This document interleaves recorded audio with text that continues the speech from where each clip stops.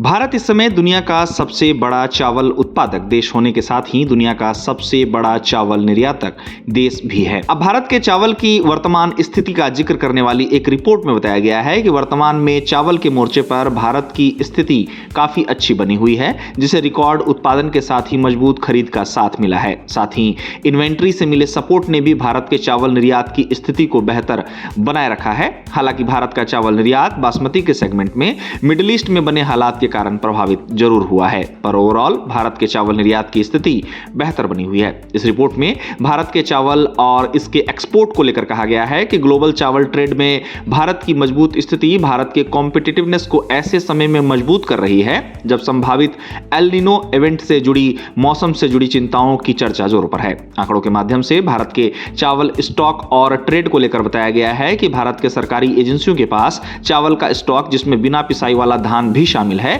1 जून 2026 तक record 68.43 million ton तक पहुंच गया, जो साल दर साल 15% की बढ़ोतरी है और यह सरकार की 1 जुलाई की 13.5 मिलियन मीट्रिक टन की बफर जरूरत से 5 गुना ज्यादा है।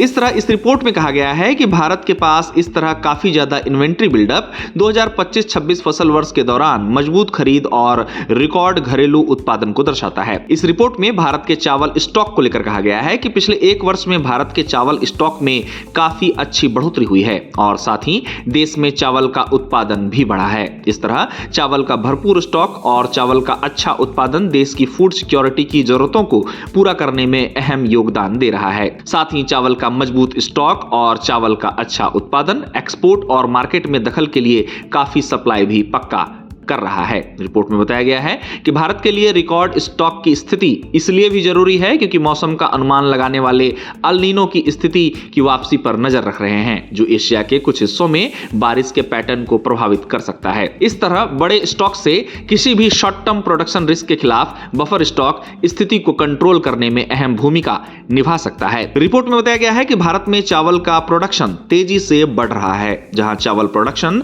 2025-26 फसल वर्ष में 154.02 मिलियन मीट्रिक टन के अब तक के सबसे ऊंचे लेवल पर पहुंच गया है। बताया गया है कि भारत को चावल के प्रोडक्शन में अच्छे मौसम और बढ़े हुए रकबे का साथ मिला है। साथ ही चावल के ज्यादा उत्पादन ने घरेलू उपलब्धता को सुनिश्चित करने के साथ ही चावल स्टॉक के साथ एक्सपोर्ट को भी मजबूत करने का काम किया है। गौरतलब है कि भारत दुनिया के वैश्विक चावल एक्सपोर्ट में 40% की हिस्सेदारी रखता है। इस तरह रिपोर्ट का कहना है कि चावल को लेकर आरामदायक स्थिति भारत को एक्सपोर्ट को लेकर चिंता मुक्त करती है। साथ ही मार्केट पार्टिसिपेंट्स का मानना है कि आरामदायक स्टॉक की स्थिति यह भरोसा देती है कि घरेलू सप्लाई सिक्योरिटी को प्रभावित किए बिना एक्सपोर्ट कमिटमेंट बनाए रखे जा सकते हैं। अब सोमवार को ही केंद्र सरकार द्वारा इस खरीफ सीजन 19 जून तक बुआई के जो आंकड़े सामने आए हैं, उसमें धान के रकबे में पिछले साल के इसी समय के मुकाबले देश में धान का रकबा 1 साल पहले के 8.09 लाख हेक्टेयर से बढ़कर अब